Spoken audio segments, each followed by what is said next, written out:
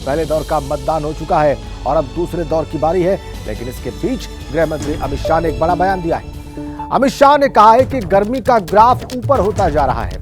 उन्होंने दावा किया कि गर्मी का ग्राफ जितना बढ़ेगा, बीजेपी की सीटें भी उतनी ही बढ़ेंगी।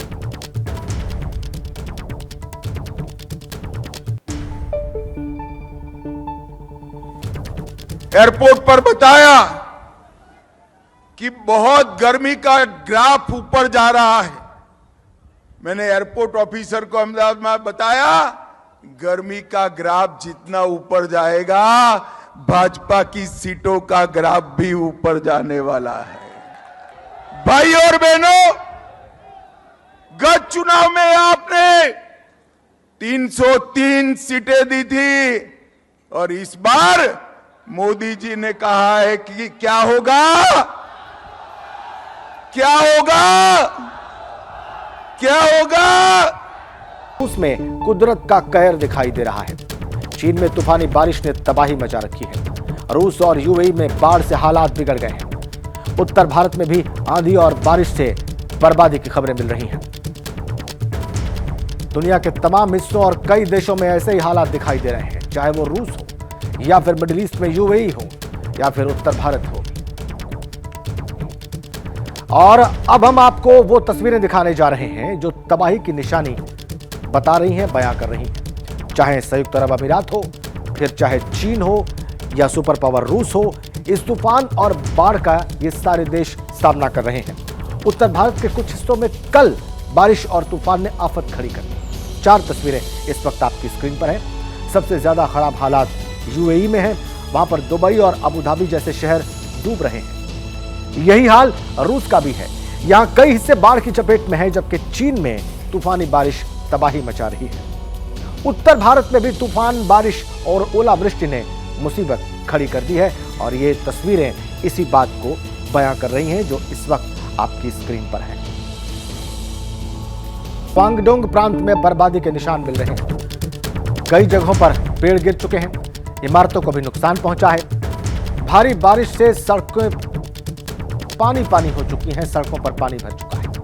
चीन की बात कर रहे हैं। 2 तस्वीरें इस वक्त आपकी स्क्रीन पर। ये देखिए आप, तूफान और बारिश का कहर कैसे बनता है। पेड़ टूटकर गिरे हैं। आप बारिश देखिए कितनी जोरदार और कितनी तेज ओले के साथ। ग्वांगडोंग चीन का जो सबसे ज्यादा प्रभावित है। चीन में भयानक तूफान और आप देखिए उसके बाद जो रेस्क्यू ऑपरेशन चल रहा है उसको भी आप देख रहे हैं। जो पेड़ टूटकर गिरे हैं उनको काटकर रास्ते को साफ करने का प्रयास। दूसरी तस्वीर में आप आंधी तूफान से मची तबाही देख रहे हैं। ये देखिए आप एक और तस्वीर ग्वांगडोंग प्रांत चीन की। पेड़ टूटकर गिरा तूफान के बाद और उसको क्लियर किया जा रहा है। ग्वांगडोंग प्रांत चीन का सबसे ज्यादा इस तूफान से प्रभावित हुआ है और आप देखिए तबाही किस कदर बरपी है वहां पर। इस मौसम में इस प्रकार की तबाही, ये बहुत विचित्र है। ग्वांगडोंग प्रांत चीन की तस्वीर।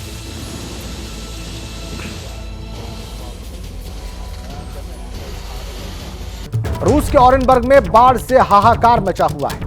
15,000 लोगों ने अपने घर छोड़ दिए हैं और बाढ़ से अब तक 7 लोगों की मौत की खबर है। रूस की बात कर रहे हैं हम, ऑरेनबर्ग की। 7 लोगों की मौत बाढ़ की वजह से हो चुकी है और इसके अलावा यूएई में अब भी बाढ़ से मुसीबत बनी हुई है। दुबई और अबू धाबी में पानी भरा हुआ है। दुबई इंटरनेशनल एयरपोर्ट भी इससे प्रभावित हुआ है। सड़कें, मॉल और स्कूल में भी पानी ही पानी दिखाई दे रहा है। लगातार 3 दिनों की बारिश ने मुसीबत बढ़ा दी है यूएई में लोगों की। दुबई और अबू धाबी में पानी भरा हुआ है। दुबई इंटरनेशनल एयरपोर्ट भी इससे प्रभावित हुआ है। सड़कें, मॉल और स्कूल में भी पानी दिखाई दे रहा है। ये देखिए आप तस्वीरें, इस वक्त यूएई की तस्वीरें हम आपको दिखा रहे हैं और एयरपोर्ट की तस्वीर आप देख रहे हैं। जी, ये आपको जो नदी नुमा मंजर दिखाई दे रहा है, ये एयरपोर्ट है और आप विमानों को खड़ा हुआ आप देख सकते हैं। इस रनवे पर, इस एयरपोर्ट के रास्ते पर विमान चला करते हैं, लेकिन यहां पर बाढ़ का पानी भरा हुआ है।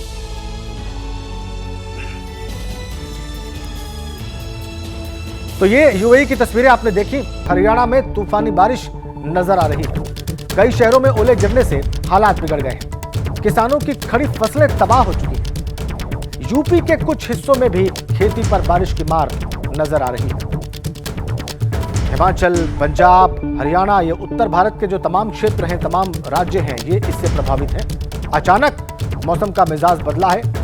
तूफानी बारिश उत्तर भारत के इन तमाम क्षेत्रों में दिखाई दे रही है और हालात बिगड़ गए हैं। ओले गिरने से फसलें तबाह हुई, खड़ी फसलें किसानों की। ये देखिए आप भारत की तस्वीरें, चाहे वो मनाली हिमाचल की हो, चाहे पंजाब में पटियाला से हो, या फिर हिमाचल का कुल्लू हो, हरियाणा का करनाल हो, पंजाब का जालंधर हो, या फिर उत्तर प्रदेश में सहारनपुर हो। जबरदस्त तूफानी बारिश और कई जगहों पर ओलावृष्टि और इसकी वजह से फसलें तबाह। इन 6 तस्वीरों में जो उत्तर भारत के अलग अलग शहरों की हैं, आप बारिश का और तूफान का और उससे हुई बर्बादी का अंदाजा लगा सकते हैं।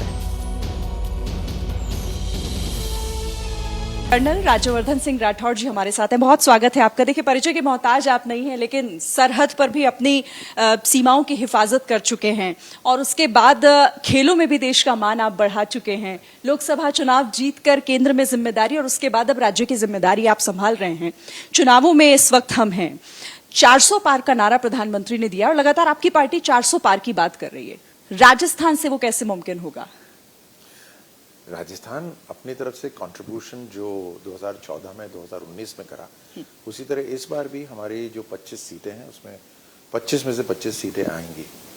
और अगर आप ये कहें कि किस तरह होगा और क्यों होगा, तो उसमें एक बहुत बड़ा कारण है कि कांग्रेस का जो शासन था, जो हाल तक था 2023 तक, दिसंबर तक था, तो उसमें 5 साल जो राजस्थान के अंदर जिस तरह से बार बार पेपर लीक हुए, युवा अपनी पूरी तैयारी करते हैं, पैसे इकट्ठे करते हैं, माँ बाप उनको ट्यूशन करवाते हैं, पूरा साल इंतजार करते हैं, फिर उसके बाद एक बार नहीं 19 बार पेपर लीक हो जाए।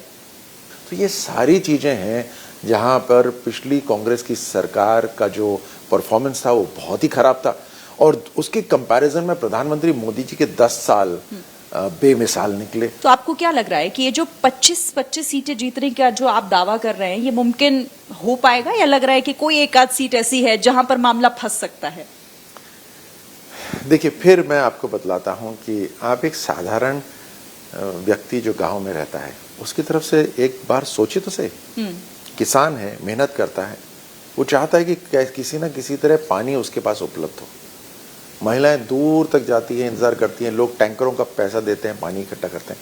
यहाँ पे तो 100 दिन के अंदर ही प्रधानमंत्री मोदी जी की डबल इंजन की सरकार, जो केंद्र में, राज्य सरकार यहाँ पे बीजेपी की, ये तय हो गया कि 1 लाख करोड़ रुपए का इन्वेस्टमेंट से चंबल का पानी आएगा राजस्थान में, यमुना का पानी आएगा राजस्थान में, 21 जिलों के अंदर, और 80% आबादी को पीने का पानी प्राप्त हो जाएगा।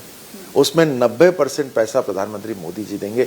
ये राष्ट्रीय योजना हो गई। तो मुझे बताइए, उस किसान की जीवन का परिवर्तन होगा या नहीं होगा? 3 पेपर हुए हैं 100 दिन की सरकार के अंदर, 3 बार रिक्रूटमेंट का पेपर हुआ, 1 पेपर लीक नहीं हुआ। केंद्र सरकार के अंदर पिछले 10 साल में 1 पेपर लीक नहीं हुआ। ये कोई मंच से बोलने वाली बातें नहीं होती। ठीक है। ये उस व्यक्ति को महसूस होती है जिसका जो बार बार पेपर देने जाता है और पेपर लीक हो जाता है, और दूसरी तरफ एक मजबूत सरकार काम कर रही है, जो पानी मुहैया करा रही है, इंफ्रास्ट्रक्चर मुहैया करवा रही है, आगे बढ़ने का मौका दे रही है।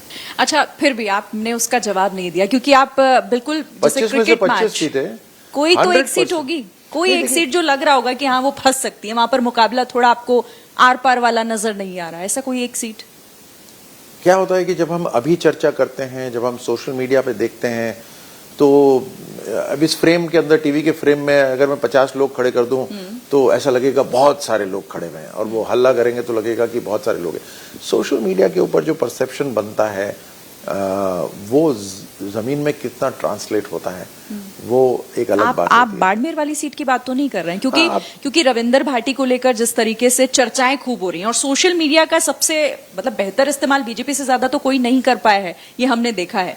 तो लग रहा है आपको कि कहीं रविंदर भाटी एक चुनौती ना बन जाए, वही कहीं सीट ना हो जाए?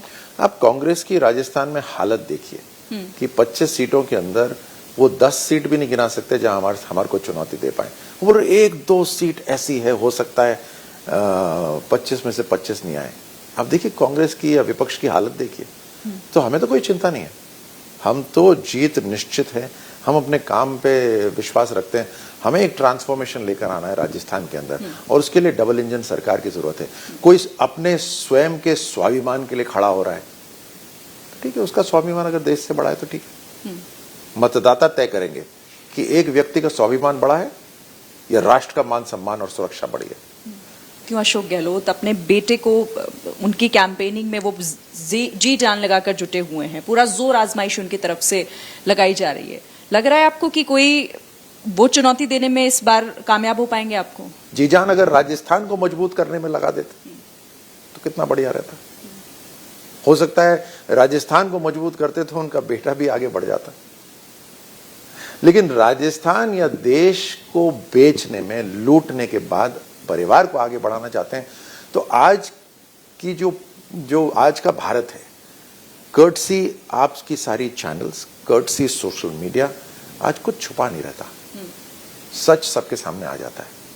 नंबर अगर मैं आपसे पूछूं, 400 पार की बात आप कर रहे हैं, आपका आकलन क्या कह रहा है? कौन सा नंबर होगा वो जो इस बार आएगा आसपास? देखिए, मैं आपको बड़े सरलता से बताऊं, मेरी जिम्मेदारी राष्ट्र की नहीं है, लेकिन मुझे यकीन है प्रधानमंत्री मोदी जी पे, मुझे यकीन है अमित शाह जी की स्ट्रैटेजी पे, नड्डा जी की स्ट्रैटेजी पे, क्योंकि मैंने उन्हें बहुत नजदीक से देखा हुआ है। इसलिए एक योद्धा होने के नाते, एक वॉरियर सोल्जर होने के नाते मैं अपने कमांडर पे विश्वास रखता हूं। अगर मैं दिन रात उनके लिए जीता हूं, उनके कहने पर जीता हूं, देश को समृद्ध करने पे, तो मैं उन पर विश्वास करता हूं। इसीलिए मैं कह रहा हूं 400 पार होगा। लेकिन राजस्थान को मैंने देखा हुआ है, राजस्थान की जिम्मेदारी है, इसलिए राजस्थान के अंदर 25 में से 25 आएंगी, ये मैं यकीन से कह रहा हूं।